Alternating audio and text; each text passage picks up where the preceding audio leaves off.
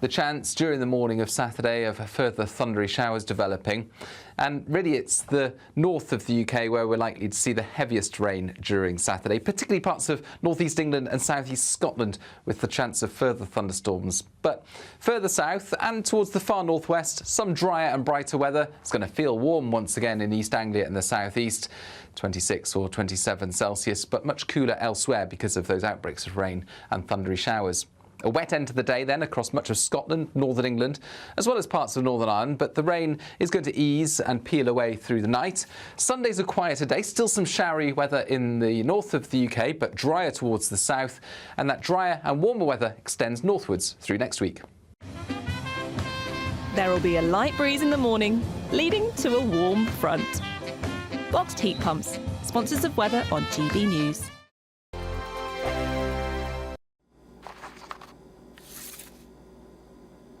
Crash Law 24 sponsors GB News Traffic and Travel Report. Good evening. This is the latest AI travel news from gbnews.com. The A82 at Drumna Drochit is closed due to an incident. Drivers should seek alternatives. On the M6 southbound in Lancashire, there are 30-minute delays between junctions 36 and 34. In South Gloucestershire, a collision on the M4 westbound between junctions 19 and 20 has closed one lane. On the A2 eastbound in Kent, congestion causes 30-minute delays between the A2018 and M25. And on the trains, Avanti West Coast is disrupted between Wigan Northwestern and Preston. For more travel news, go to gbnews.com. Crash Law 24 sponsors GB News Traffic and Travel Report. £54,321 in totally tax-free cash could make your year the best yet. How would you react if you got that winning call? Oh my God, I'm going to cry. Oh my God. Thank you. You weren't expecting to get that call today, were you? No, I wasn't. For a chance to win £54,321 cash, text cash to 63225. One entry costs £2.50 plus one standard network rate message. Or text bonus to 63225. 5 entries cost £5 plus one standard network rate message. Go to gbnews.com/win. Entries start at £2.50. Call 0903 686 3232. Calls cost £2.50 plus your network access charge. Or post your name and number to GB14 PO Box 8690 Derby DE1 9TT. UK only. Entrance must be 18 or over. Blinds close at 4 p.m. on the 1st of August. Please check the closing time if listening or watching on demand. Good luck. Mornings don't have to be tiresome, especially if you have the right company. Wake up to news as it happens, opinion and debate, and of course, a little bit of entertainment too. Because when the kettle's on, we're on. That's Breakfast on GB News, a show worth waking up for. Every morning from 6 a.m. Only on the People's Channel, Britain's news channel. We'll spread the news, you spread the word. Exciting news. Every Friday, my Patrick Christie's Tonight Show is going to have a twist to it. We're welcoming some special guests. You. That's right, on Fridays I'm going to be doing my show in front of a live studio audience because this show is about you and what you have to say. It's going to be the same big debates, same big topics, same big opinions, but every Friday night at 9 p.m. you are invited to come on down to Patrick Christie's Tonight to be a part of the action. Only on GB News, the People's Channel, Britain's news channel.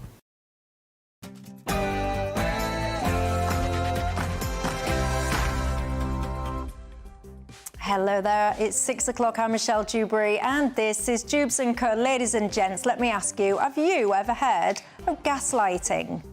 And when you see that the majority of the people in these boats are children, babies and women. Why do our government keep insisting on lying to us? That is the main question that I want to ask tonight. However, of course, it'd be rude not to focus on other things too, because while we were sleeping, we basically became another step closer to a potential World War III.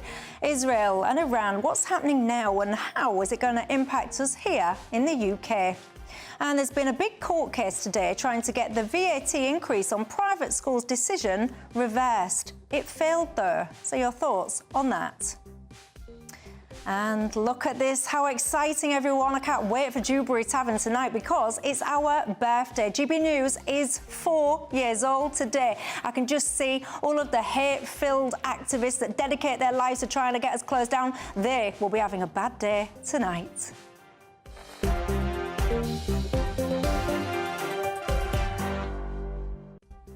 Oh, I don't mind that, though. I can't wait for my tavern to open. Make sure you join us tonight. Alongside me to keep me company, I've got Matthew Talbot, the former Labour advisor, and Professor Matt Goodwin, pollster and academic. But before we get stuck in, let's cross live and give you your 6 o'clock news headlines.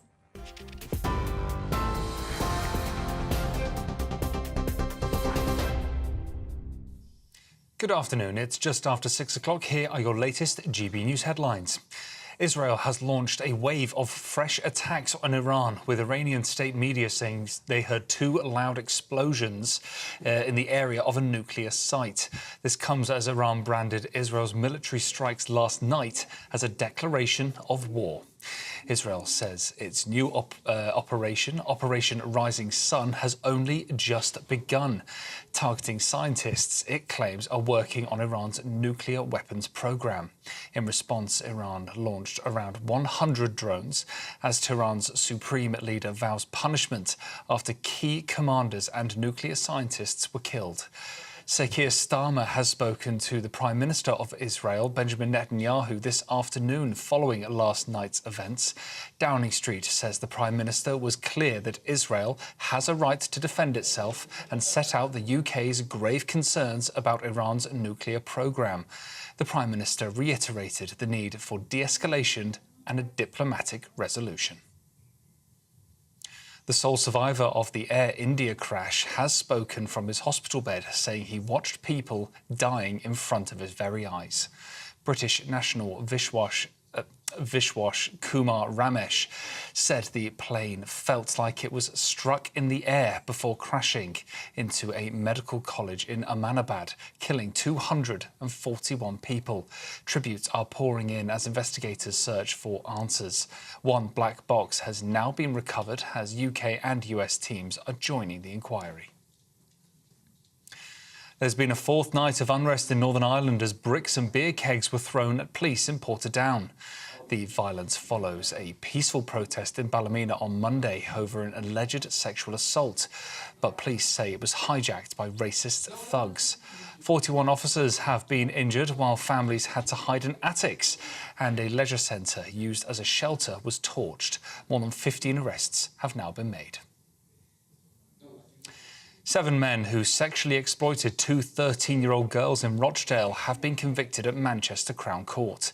The court were told that the men groomed their victims as sex slaves, exploiting their vulnerabilities through a campaign of manipulation, which occurred between 2001 and 2006. The 7 men are now awaiting sentencing for their crimes. Patients in England are the first in the world to receive a new Trojan horse therapy that targets blood cancer with pinpoint precision. It works by smuggling toxic chemotherapy directly into myeloma cells, sparing healthy ones and cutting side effects. Clinical trials show it can halt the disease for nearly 3 times longer than current treatments. Around 1,500 patients a year could benefit. Doctors say this could be the start of a new era in cancer treatment. Well, those are your latest GB News headlines for now. I'm Lewis Mackenzie. More from me in an hour's time.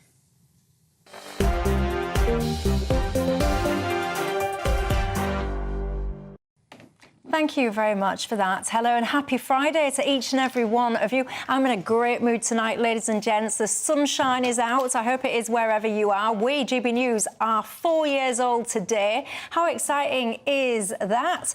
We have a lot that we need to discuss tonight. Look who's alongside me. I've got my panel. Matthew Talbot, the former Labour advisor, and Matt Goodwin, the pollster, academic and presenter of State of the Nation. That's right. It's on tonight at 8 p.m. Be there or be an angry lefty. Come on, join the fun. Yes, there you go. Good plug for his show there. I like it. And look, you can join the conversation all the usual ways. I love hearing your thoughts. Get in touch.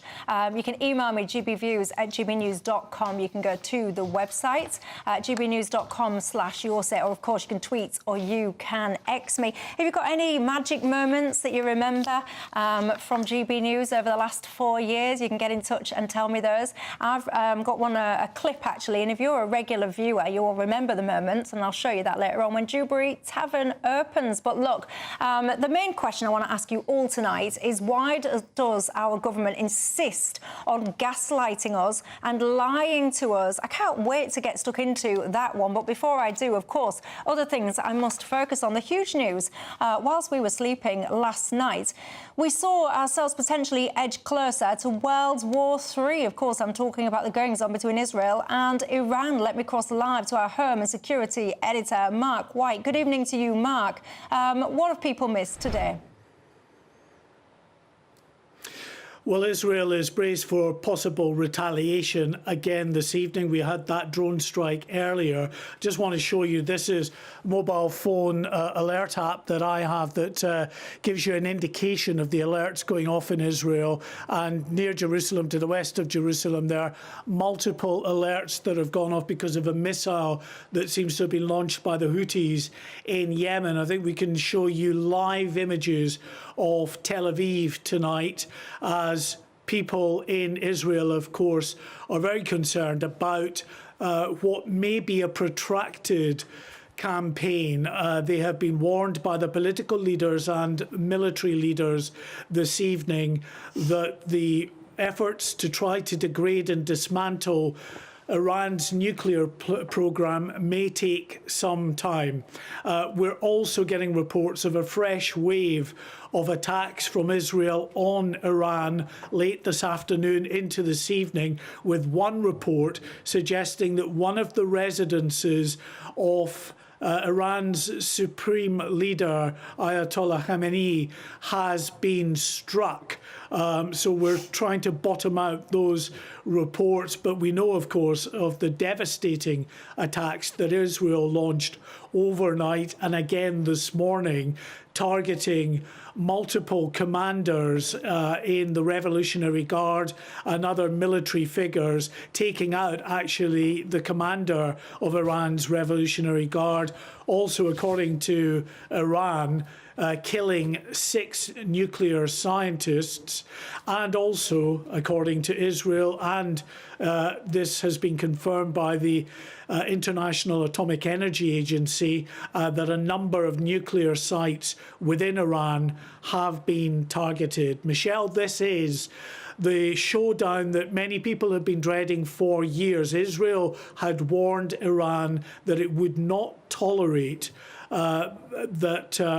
any progress that Iran made towards obtaining a nuclear weapon. The discussions between the US and Iran in recent weeks with a view to coming to a peaceful resolution on this, something that all sides could be happy with. But the US have said that Iran has just not been an honest broker here. There are talks that are still scheduled for Sunday. Donald Trump has said this evening that it's not too late for Iran to pull back from the brink, but he said there are more and very significant attacks that are going to be launched by Israel in the hours and days ahead. So what does this mean for us here? What's been the UK response? What should the UK response be, if any? Well, interestingly, there has been a phone call just recently between Prime Minister Sir Keir Starmer and the Israeli Prime Minister Benjamin Netanyahu, in which Prime Minister Starmer reiterated that Israel had a right to defend itself, and also expressing his deep concern at Iran's ongoing nuclear program. However, we know that the UK did not participate in any efforts to defend Israel last night, or this morning I should say, from those 100 drones that came over. Neither did the US, and to be honest, Israel did not require help from the US or indeed the UK. They were able to deal with 100 slow-moving drones through their own Air Force and a combination of other Middle East countries, Jordan, and also Saudi Arabia, where Shahed drones flew over their airspace, and local air defences and aircraft from Saudi Arabia and from Jordan took out a number of those drones as well. So they were intercepted well before getting anywhere near Israel and causing a significant threat. The worry will be if Iran launches more capable munitions at Israel, and by that I mean missiles, and in particular ballistic missiles. However, having said that, we understand through intelligence sources that the Iranian military apparatus is in a state of utter disarray this evening after effectively this decapitation move by the Israelis to go after the senior military leadership. We've seen it before with Hezbollah, the terrorist proxy of Iran in southern Lebanon, and now we're witnessing that same sort of strategy playing out in Iran, because as well as the nuclear sites, as well as these senior commanders and nuclear scientists, they have been taking out the remainder of Iran's air defence systems and Iran's capability, they hope, to launch missiles and ballistic missiles in particular towards Tel Aviv. But having said that, finally, Israel is, Iran, I should say, has a great deal of capability, many, many missiles at its disposal. So it's unclear exactly what the long-term degradation of those missile systems will be, and whether Iran in the coming hours and days will have the capacity to fire back at Israel in a very meaningful way. Goodness gracious me, what an absolute mess, Mark White. Thank you for bringing us up to speed on that. David Lammy, I've got to say, he put a tweet out earlier on today begging basically all sides to show restraint. I hate to break it to you, Mr. Lammy, but they don't seem to be paying a blind bit of attention to that, I can tell you. Of course, I mean, turmoil in the Middle East, this has not really been anything new, has it? It's gone on for goodness knows how long now. One thing you can be absolutely sure of, though, ladies and gents, is what all of this means. The longer all of this conflict goes on and gets more and more, extreme and dangerous and all the rest of it, of course, this is when you then see even more people, understandably, by the way, people are pouring bombs down on where you live, but of course you're going to see more and more people displaced. What a mess. Matt, your thoughts? I think this isn't necessarily about the nuclear deal. I think what Israel may have done is spotted a potential regime change. This has obviously been years in the making, and they're not just targeting Iranian facilities. They've, as we've heard, they've reportedly assassinated many top figures within the Iranian regime.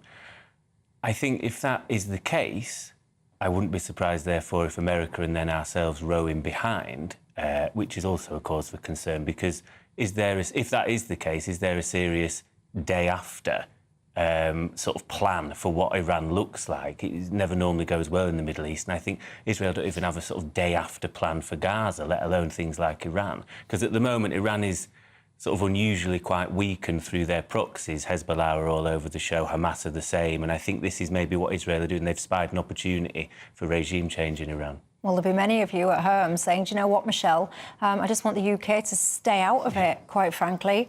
Matt Goodwin, your thoughts? Well, I certainly share that sentiment. The last thing anybody wants is another forever war, which ends up causing more migration and refugee flows like we've seen with Syrians and Afghans coming into Europe. I certainly agree with that. But I also feel very strongly that Israel has the right to ensure that a mad Islamist regime does not have nuclear weapons on its doorstep, and it has a right to retaliate against a regime that has sponsored every militia and anti-Israel movement around the world for much of recent history. And I think ultimately, maybe Matt's right, maybe this is, the end result of this is some kind of regime change in Iran, which I suspect actually a lot of Iranians would support.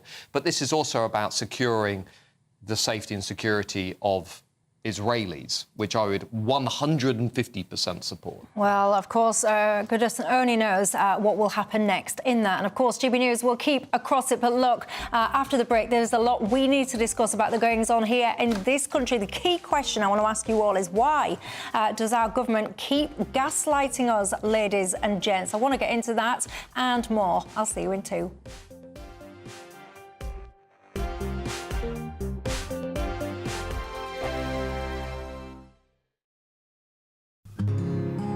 This is our country, and we think it's amazing. From high tea to the high street, we love it all. Even the rain, we like that too. There's nowhere else we'd rather be. That's why we're here to be the fearless champion of Britain, its voices and its values. Because we are GB News, the People's Channel, Britain's news channel. This is GB News, Britain's news channel. You also represented Cerys Vaughan, who was the 18-year-old young woman who was banned by the FA from playing football for pointing out that there was a biological male, on the opposite team. There's been a successful finding, and that, although actually it doesn't seem to be that it was that they admitted culpability, it was that the person involved in the case withdrew their complaint. Yes, well, it was a bit of a drawn-out process for poor Cerys because she went through the process of being told that she had, in fact, broken the rules through a hearing that took place, and then she had to appeal that decision. And I heard that the initial hearing was like 3 hours long, and she was crying. And... Yes, so there were no adjustments made for Cerys at the time. We found out later, or she got a diagnosis later, that suggested she was suffering with autism. And she was only 17 at the time. And she was only 17, so she was still a minor. But we contended that it was procedurally unfair. At the time she was questioned, she got very tearful, and the tribunal at that point decided not to continue with the hearing rather than provide some form of adjustment to enable her to continue giving evidence, and that in itself was unfair. So we were able to successfully help her appeal. And yes, you're absolutely right. At the end, it was that the original decision was considered to be an unfair decision based on a procedural unfairness, and so a new hearing was actually due to take place. Obviously, we try and take on cases that we think fit within the free speech arena. And we do have a lot of cases come in, and we try and help people as much as possible. There are occasions when cases come to us and we see very clearly it's not one for us. GB News, the People's Channel. Welcome back to Britain's Newsroom with Andrew and Beth. Hello everyone, Patrick Christie's here. I'm Michelle Dewberry, Britain's News Channel. Access the stories that matter to you. Take the GB News family with you on any device. And as long as you have an internet connection, tune in to GB News anywhere on the planet or beyond. GB News, the People's Channel, Britain's news channel.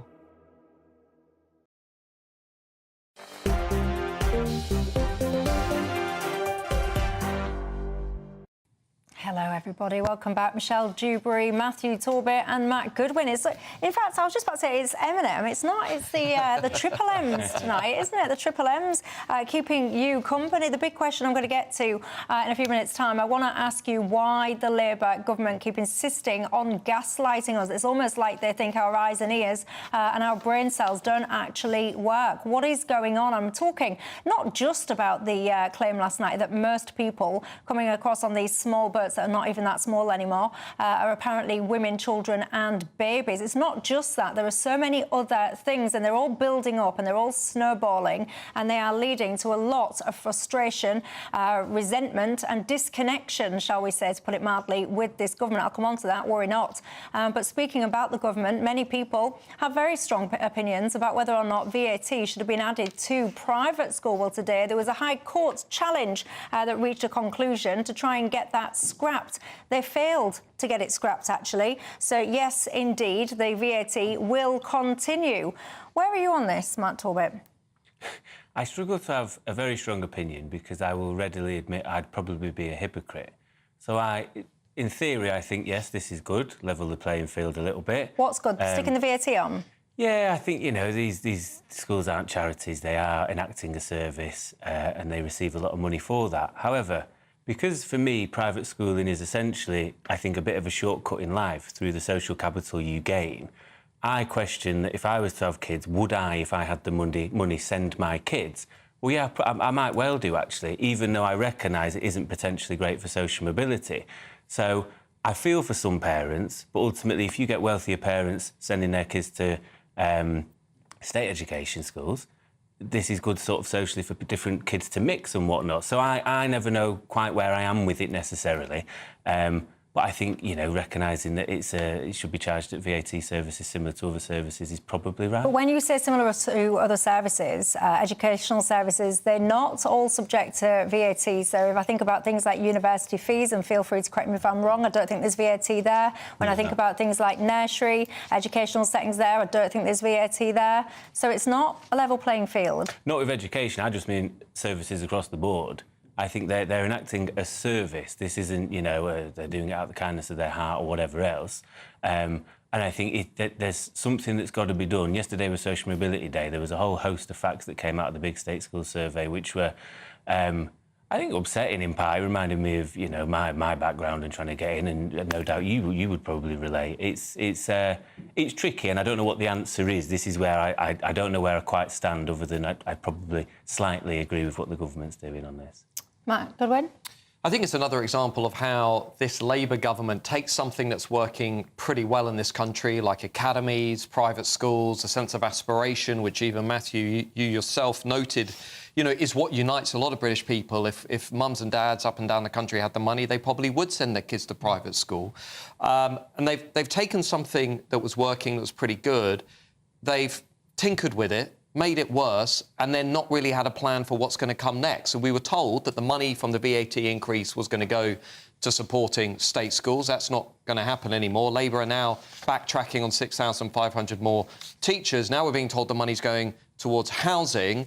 And let me be blunt, we also know a lot of that housing isn't going to be going to tax-paying, hard-working, law-abiding British people. The reality of social housing today, nearly half of all social housing in London is going to families headed by somebody who was not even born in the UK. The figure is much higher in other parts of the country, other parts of specific parts of London, parts of Birmingham, Leicester and so on. Even private housing in this country, Michelle, we're now in the absurd position of this Labour government using taxpayers' money to bankroll private companies to offer more favourable contracts to landlords that accept asylum seekers and illegal migrants and British people. That is what is happening under this government. So I think it's classic left-wing class warfare. They're using this VAT increase to fund their pet projects while actually levelling down the public services in this country and levelling down the British people's aspiration. That's why it's not popular. And that's why this Labour government, by the way, is not popular. You don't... one of the things that I feel so frustrated about sometimes is that people seem to have this desperation. They want to level up. They talk about levelling up. And what they mean when they say levelling up, Matt, it's getting so complicated now because you both called Matt. But what they mean, Matthew Talbot, is often we're going to pull the top down.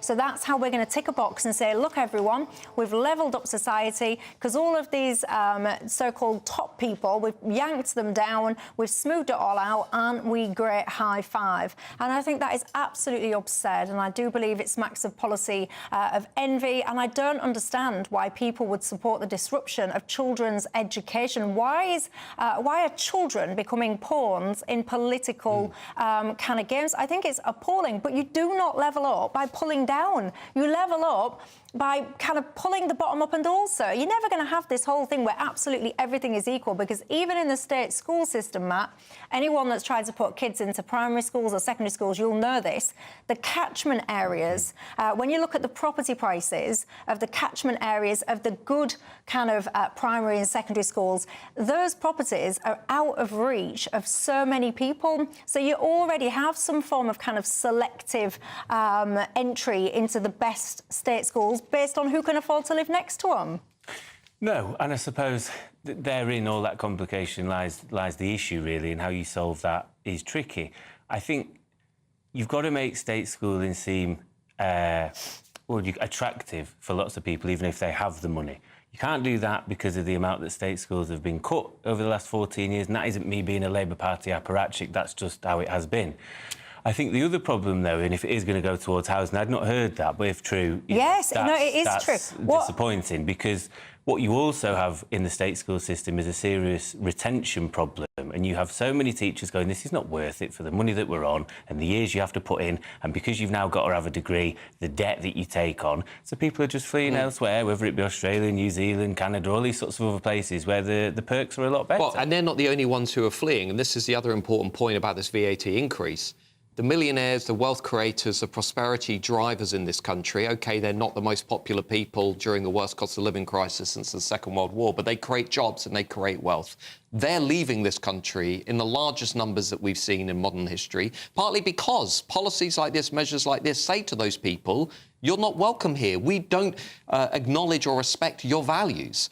You know, we're not into supporting your kids. That's the wrong message to send. Well, you just was questioning whether or not that statement that Matt was saying is true. Yes, I can tell you it is true. You see, look at me, I do fact-checking, and I'm not like the BBC Question Time. Am I? Look at this, everyone. Because Keir Starmer, I can categorically tell you, he himself tweeted out a couple of days ago saying, in the budget last year, my government made the tough but fair decision to apply VAT to private schools. The Tories opposed it, Reform opposed it, and today, because of that choice, we have announced the largest investment in affordable housing in a generation. So that is Keir Starmer's own Twitter account. So he is saying, and I quote again, because of that choice, i.e. because of applying the VAT, we have now announced the largest investment in affordable housing in a generation. But you see, I'll come on to gaslighting in just about a nanosecond, because this is my point. That's not what you told us you were disrupting those children's educations for. You told us categorically that it was because you wanted more teachers and all the rest of it in state schools. That, ladies and gents, was a lie. Why does this government keep doing this to us? We'll look at other examples in 2.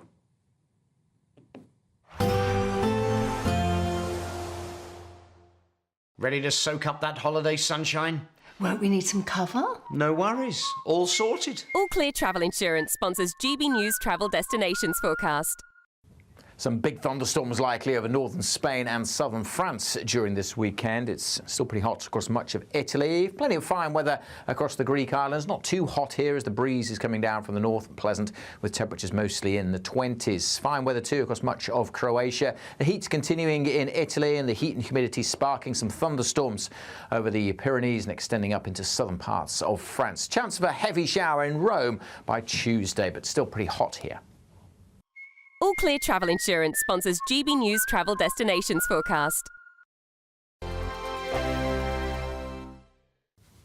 Hello and welcome to the latest update from the Met Office for GB News. We have seen the heat and humidity build during the last few days, and overnight that breaks down with the risk of torrential thunderstorms, large hail and gusty winds, as well as frequent lightning in places. Developments are already occurring across northern France, and they are drifting northwards across parts of the UK overnight. It's during the evening that the greatest risk of these torrential thunderstorms occurs through East Anglia as well as Kent. Always uncertainty with these kinds of situations in terms of exactly where the thunderstorms will track, but where they do hit, risk of severe impacts. And it's not just the southeast. Other parts of the UK are likely to see heavy rain overnight, rumbles of thunder, as well as some gusty winds. But by the start of Saturday, many of the heavy showers are moving northwards. A wet start for eastern and southeastern Scotland. Some heavy rain out there for Perth and Edinburgh first thing. Drier for the western coast of Scotland and the Western Isles, and also drier towards the west of Northern Ireland, but in the east some heavy rain first thing. Showers developing from the word go through northern England, parts of Wales,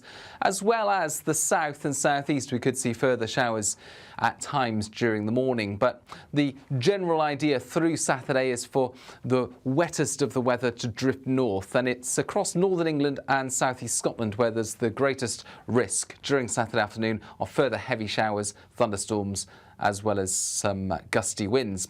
But towards the southeast, drier by the end of the day with some sunshine. There's still some warmth, 26 or 27 Celsius.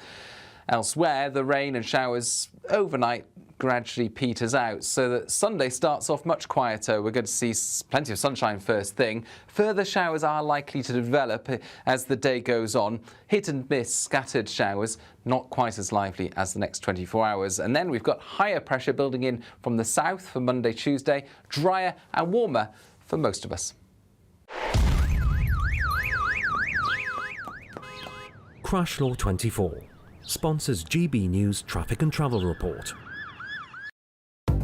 Good evening, this is the latest AI travel news from gbnews.com. The M8 eastbound at junction 17 has restrictions due to a broken down vehicle blocking one lane.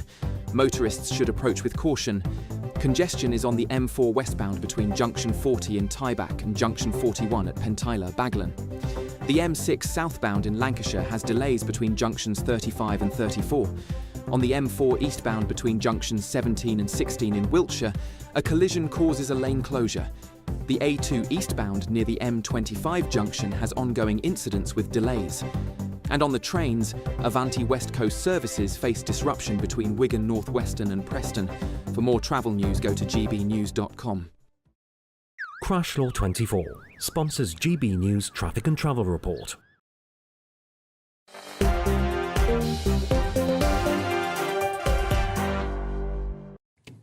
Hello everybody, welcome back to Dewbs and Co. I am, of course, Michelle Dewberry. Alongside me till 7, I've got Matthew Torbett, the former Labour advisor, and Mike Goodwin, the pollster and academic, and also presenter of GB News State of the Nation. Look, lots of you are getting in touch about this private, the VAT on the private school thing that we've just been talking about. You know, there's a real mixed bag of reactions among some of you at home. One of my viewers, Phil, says, Michelle, if people don't like this, it's simple. Just put VAT on university tuition fees then. That would help make things much more equal, he suggests. I'm not sure how popular that one would be, I've got to tell you. Christophe says, Michelle, I wanted to send my girl to a private school and I can't now because I'm not rich. This feels like a way of trying to control us. Peter says, at the end of the day, this policy affects the middle classes. The rich don't care. They can absorb 20%. It's the ones that are getting 2 or 3 extra jobs to try and stretch themselves to provide that education. It is them, he says, which are affected. I hear you. I hear you. Now, $1 million question. This is something I've been itching. I couldn't wait till 6 o'clock tonight because I was desperate to talk to you about this. I've got a simple question, ladies and gents. Why does our government keep insisting on gaslighting us? There's been so many examples. I could be here until next week giving you them all. But look, the most recent one occurred last night. Take a listen to this.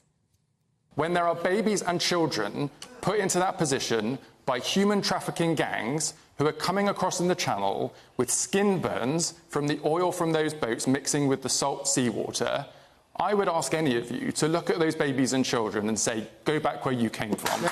And when you see that the majority of the people in these boats are children, babies and women who have been... No, they're not. No, you have got to take... No, look, I get this is... North of 90% of them are adult men. Let me be... No.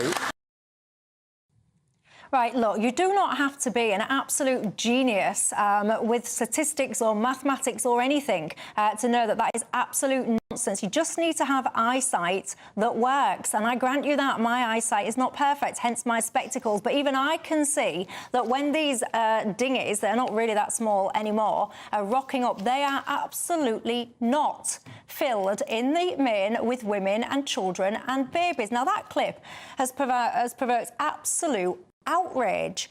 Because, in fact, let me start with you, because you are on the Labour side of the fence. This is not true. And then, pressured, Darren Jones, he has now responded. And basically what he's now saying is, of course, the overall majority of people are men, but it's not north of 90%, which is what Reform claimed. He then goes on to say that he was sharing just a story about a visit, about a particular dinghy that did arrive with mostly women and children. And then he says, I'm happy to clarify this, given how this is now being misrepresented. It is not being misrepresented. He wasn't talking about a single individual boat. He was talking about boats, plural, and he was making out, and he even said, I know this is a bit controversial to say, and da-da-da-da-da. It's gaslighting. Why are they doing it, Matthew? I don't know. You'd have to ask Darren Jones. I don't know. Well, he's not here, and I did ask him. I invited him onto the programme. Guess what he did? Ignored me. And Darren Jones, if you're watching, you're very welcome, because you should explain yourself. I don't like that wording. I don't like how he's put that. I think you should just own up and say you misspoke. You got your figures wrong, right? You know, we can all admit there's an issue. If he wanted to say the majority of videos he has seen personally has been babies and it's awful, there's obviously an element. I think Home Office figures put it about 70% are men, you know, which leaves the rest as whoever. I don't know why he's done that, and I think also in politics, regardless, I get the whole party political thing, but two wrongs don't make a right. Just because Zia Yusuf's statistic may also have been wrong, that doesn't mean you go, well, ignore what I said, he was wrong, so therefore I'm in the right now. It's very silly, and I think you'd be better off being honest with people. But politicians, even way back to the winter fuel allowance, they find it so hard to say sorry. They see it as ceding ground, and this is totally corrosive to our political system, totally. Matt Goodwin? Well, the vast majority of illegal migrants who are breaking our laws by entering the country in the small boats are men under the age of 40, many of them from Islamic nations, and more than a few of them are terrorists, would-be terrorists, criminals, who have often gone on to sexually assault women. And there are lots of cases of people who have arrived in this country illegally on the small boats who have gone on to commit crimes. It is undermining public trust in the system. It is a disservice to the British taxpayers, to the British public. And to see the party of government lying to people, which is what he was doing, he is lying to try and downplay the severity of this crisis. That's why Labour MPs call it irregular migration rather than illegal migration. They want to live in a world where this is considered to be acceptable. The first act of entering a country cannot be to break its laws. That's what's happening. These people are leaving a safe country. And if there are one or two women and babies in these boats, and by the way, what kind of parent would put a baby in a boat crossing the busiest shipping lane in the Western world? You know, I don't know who would do that, and I say that as a parent. Leaving a safe country to do that, namely France, it's outrageous. Labour are also gaslighting British people by saying they're bringing the numbers down. Now, the numbers are nearly 50% higher on the same point last year, nearly 80% higher on the same point in 2023. I had a similar experience to Zia Yusuf on Question Time, where Labour Minister Jackie Smith told me only a couple of months ago the numbers were coming down. The numbers are going through the roof. So what they're doing is they're creating this perfect storm of a public that has every right to distrust the Labour government on this issue, that wants their borders to be fixed. And at the same time, these people are coming over. It's a national security problem because, as I say, many of the people who are coming are not, you know, they're not the kinds of people I would argue we want coming into our country. Let's put it that way. And the government has a responsibility to people to be honest and truthful about what's happening. And again, they're downplaying information, they're concealing information because they don't want the British people to see the reality of what's going on. Anything to say back to that? Is that fair, his assessment, or not? I think the thing I challenge is the illegality of it, because they're breaking laws, Matt. Can I ask you a question? Go on. Because you're Labour through and through. I think that's fair to say, born and bred. But you seem quite demoralised. So, like, people keep telling me this. No, but you do. People wonder why. Yeah, because, you know, we're all over the show. I said on election night on a different channel, my worry was we would not use change. I always thought this would be managed decline. This is what's happening. It's a rough old ride. And I don't try and defend a lot of stuff, right? If you're trying to help Labour, you're defending the indefensible at times. The reason I'd gently challenge illegality is because, essentially, you can call it a loophole. These people are covered by the 51 Convention. Now, the problem with this is, and I agree, there are many people coming to this country that you wouldn't want here. And that's why I think no government has got it right. And I think if you want to process these people properly, and they're not throwing their passports in the channel, you want to know exactly who they are, you have to change the 51 Convention. The whole refugee situation, people fleeing, whatever, is a Europe-wide issue. I think if we don't get together now, call an emergency summit and say we all have a stake to play here because all governments are getting hammered in the polls, but you should be able to process offshore, you should be able to process in UK embassies or pinch points where if you're fleeing Syria, have one in Turkey, so that you're stopping potentially bad people use a loophole of the 51 Convention. Look, I'm going to tell you where this is going to end. I agree with almost everything you just said, by the way, which is why I'm wondering whether you're going to be in a different political party by the time of the next general election. But everybody, by the time we get to that election, here's my prediction, this is what will happen in British politics. Because Labour is managing this so badly, and because the British people are so frustrated, and they have every right to be frustrated, they're paying £8 billion, upwards of £8 billion every year on this complete catastrophe on the border, this is what will happen.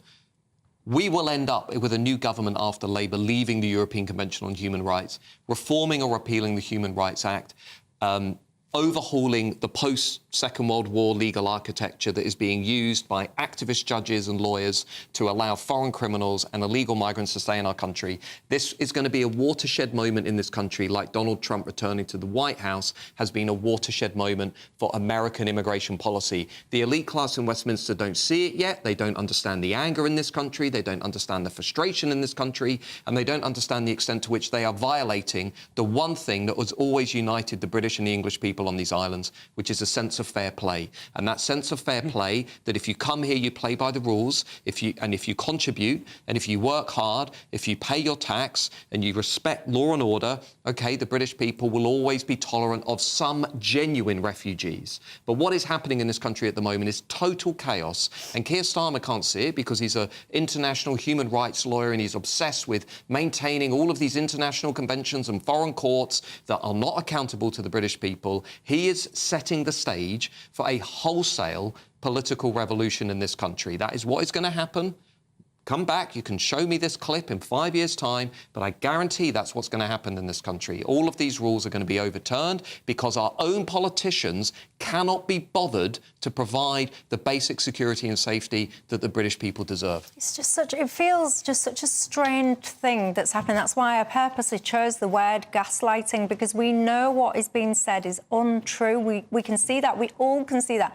You don't have to be, it doesn't matter what political party you support. You can see that they're misleading people, and it's almost like they're trying to position an alternate reality so that they can clamp down and kind of suppress people that can see and that want to critique and that want to criticise the actual genuine reality. I think it's so appalling. Some of you might remember I was covering a show on GB News a few weeks ago, and we had Mike Tapp, the Labour MP, and he was putting out posts on Twitter of pictures of newspapers where the Labour Party had paid for advertisements, a wrap they call it. So it was like a wrap that went around the newspaper that was criticising Reform UK. And Mike Tapp, the Labour MP, he was taking pictures of that and saying it's really good to see that the media are catching on, basically, with how ridiculous Reform UK are. And I kept putting it to him on the show, and I kept saying that's not true. This is a paid-for advert by you. If the media was catching on, you wouldn't need to be paying for these wraps, would you? And he just was having absolutely none of it. It was like we're living in two different parallel universes. It is so bizarre, ladies and gents. What do you make to it? Coming up after the break, come on, get yourself a drink. Let's open Dewberry Tavern. There's a lot we need to discuss as well. See you in 2.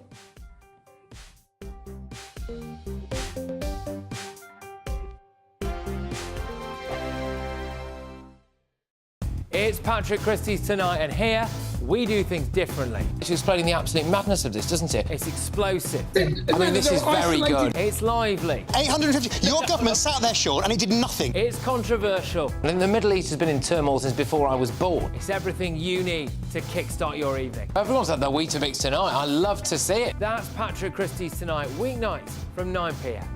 Only on GB News, the People's Channel, Britain's news channel. Join me, Nana Akwe, for an informative, interactive news programme with a difference. It's fun. No, he didn't say that, Dave. I'm so surprised. I think there's an element of truth to that. Join me from 3 p.m. every weekend, only on GB News, Britain's news channel. Good Afternoon Britain isn't just about us. The wonderful thing about this programme is it's about everyone watching. It's an interactive programme. Well, there absolutely is something to see here, and we're going to be talking about it more. Whether it's breaking royal news, please bring us up to date, or indeed a particularly punchy speech in the House of Commons. Very, very curious. We bring it to you live, and then we bring you live reaction as well. That's Good Afternoon Britain, weekdays from midday. Only on GB News, the People's Channel, Britain's news channel. the GB newsroom, we bring you the news as it happens. With our team of dedicated journalists across the UK, we're ready to keep you up to date with what's happening every half an hour, every single day. Bulletins here on GB News, the People's Channel, Britain's news channel. Mornings don't have to be tiresome, especially if you have the right company. Wake up to news as it happens, opinion and debate, and of course, a little bit of entertainment too. Because when the kettle's on, we're on. That's Breakfast on GB News, a show worth waking up for. Every morning from 6 a.m. Only on the People's Channel, Britain's news channel. We'll spread the news, you spread the word. Tomorrow, join GB News as we mark the King's official birthday. Trooping the Colour, hosted by Charlie Peters, Miriam Cates and me, Cameron Walker, live from Buckingham Palace. From 10 a.m. tomorrow on GB News, the People's Channel, Britain's news channel.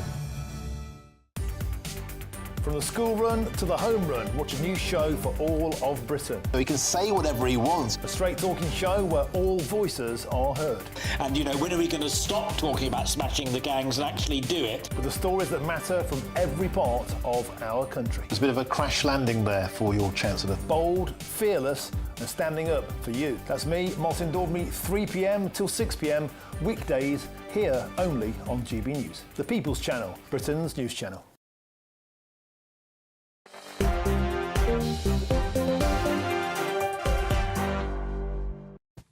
Hello there, welcome back to Dewbs & Co with me, Michelle Dewberry. I've got Matt Goodwin and Matthew Talbot alongside me. It's my favourite part of the week, but it's even more my favourite part of the week today because guess what, ladies and gents? It is our birthday. We are 4 years old today. What an absolute treat. So I just want to take the opportunity to say cheers to my fellow panellists. Cheers to each and every single one of you at home. And I want to take a second to say thank you. Thank you so much to each and every single one of you that choose to spend your time watching us, listening to us, taking part in the conversation. We really, really, really do appreciate and value each and every single one of you. I want to say thank you to each and every one of you as well who have joined GB News as members.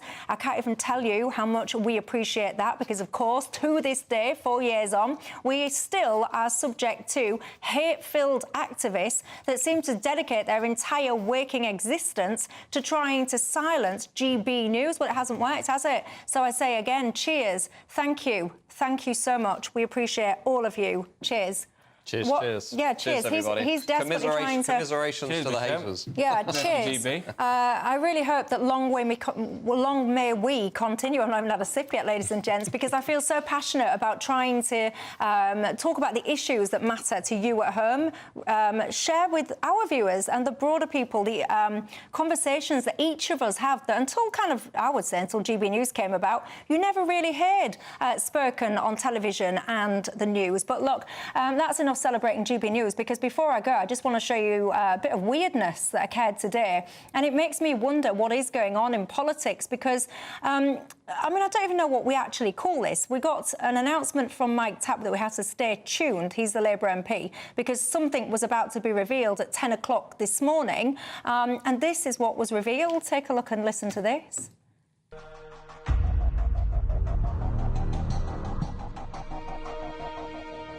We're facing a national security crisis. The Tory open borders mean the smuggling gangs are mocking us.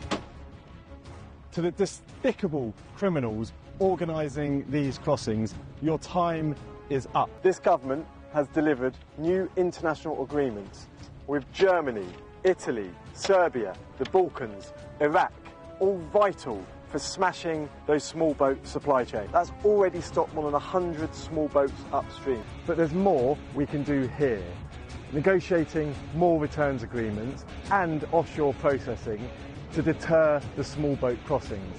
There is still more to come. More arrests, more deportations, more processing and more disruption. Don't fall for the gimmicks. What what are you doing? You look like a complete pillar. And I hate to be rude.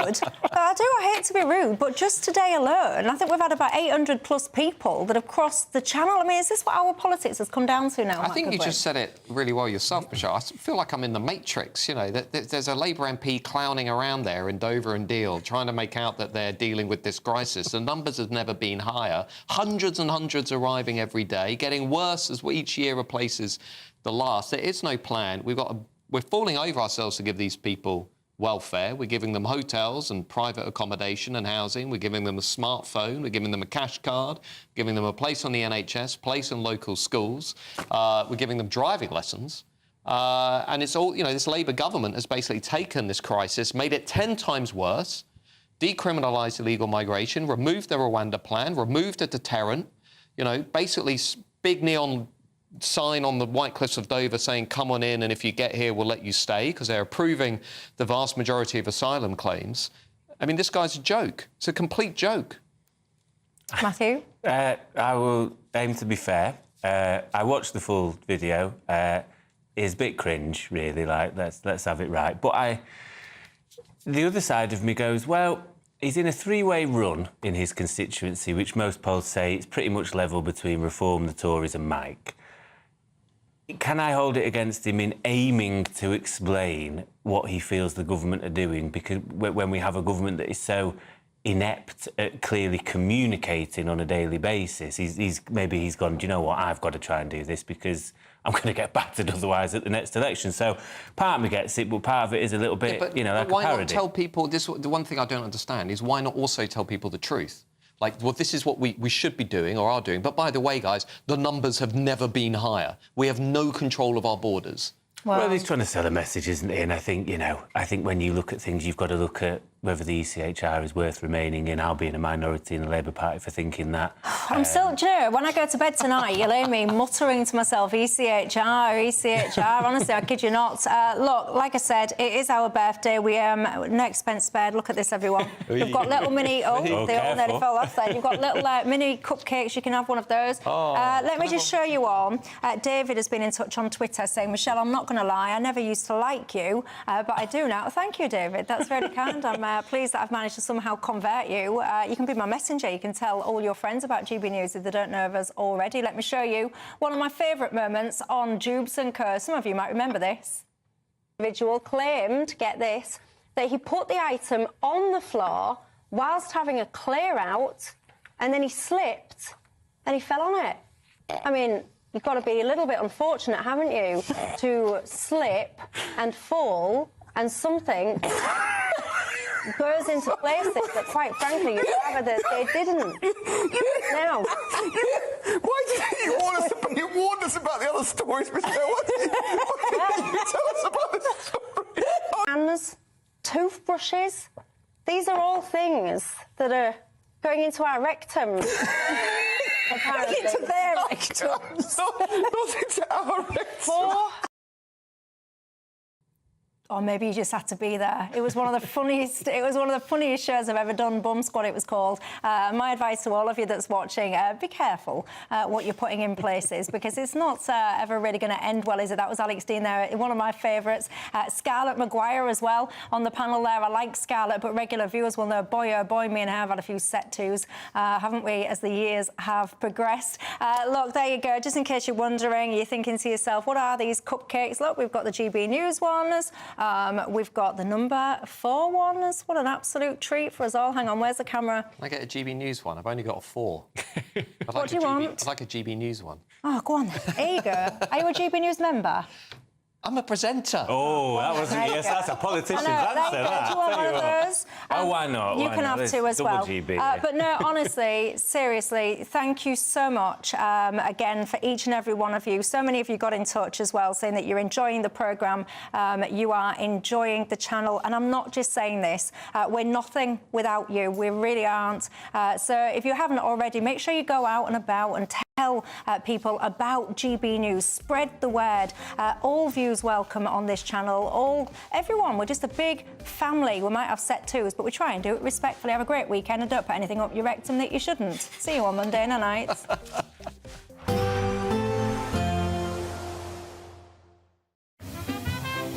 Heavy showers first thing will be followed by a warm, cosy day. Boxed boilers, sponsors of weather on GB News. Hello and welcome to the latest update from the Met Office for GB News. We have seen the heat and humidity build during the last few days, and overnight that breaks down with the risk of torrential thunderstorms, large hail and gusty winds, as well as frequent lightning in places. Developments are already occurring across northern France, and they are drifting northwards across parts of the UK overnight. It's during the evening that the greatest risk of these torrential thunderstorms occurs through East Anglia as well as Kent. Always uncertainty with these kinds of situations in terms of exactly where the thunderstorms will track, but where they do hit, risk of severe impacts. And it's not just the southeast. Other parts of the UK are likely to see heavy rain overnight, rumbles of thunder, as well as some gusty winds. But by the start of Saturday, many of the heavy showers are moving northwards. A wet start for eastern and southeastern Scotland. Some heavy rain out there for Perth and Edinburgh first thing. Drier for the western coast of Scotland and the Western Isles, and also drier towards the west of Northern Ireland, but in the east some heavy rain first thing. Showers developing from the word go through northern England, parts of Wales, as well as the south and southeast. We could see further showers at times during the morning, but the general idea through Saturday is for the wettest of the weather to drift north, and it's across northern England and southeast Scotland where there's the greatest risk during Saturday afternoon of further heavy showers, thunderstorms, as well as some gusty winds. But towards the southeast, drier by the end of the day with some sunshine. There's still some warmth, 26 or 27 Celsius. Elsewhere, the rain and showers overnight gradually peters out, so that Sunday starts off much quieter. We're going to see plenty of sunshine first thing. Further showers are likely to develop as the day goes on. Hit and miss scattered showers, not quite as lively as the next 24 hours. And then we've got higher pressure building in from the south for Monday, Tuesday, drier and warmer for most of us. Heavy showers first thing will be followed by a warm, cosy day. Boxed boilers, sponsors of weather on GB News.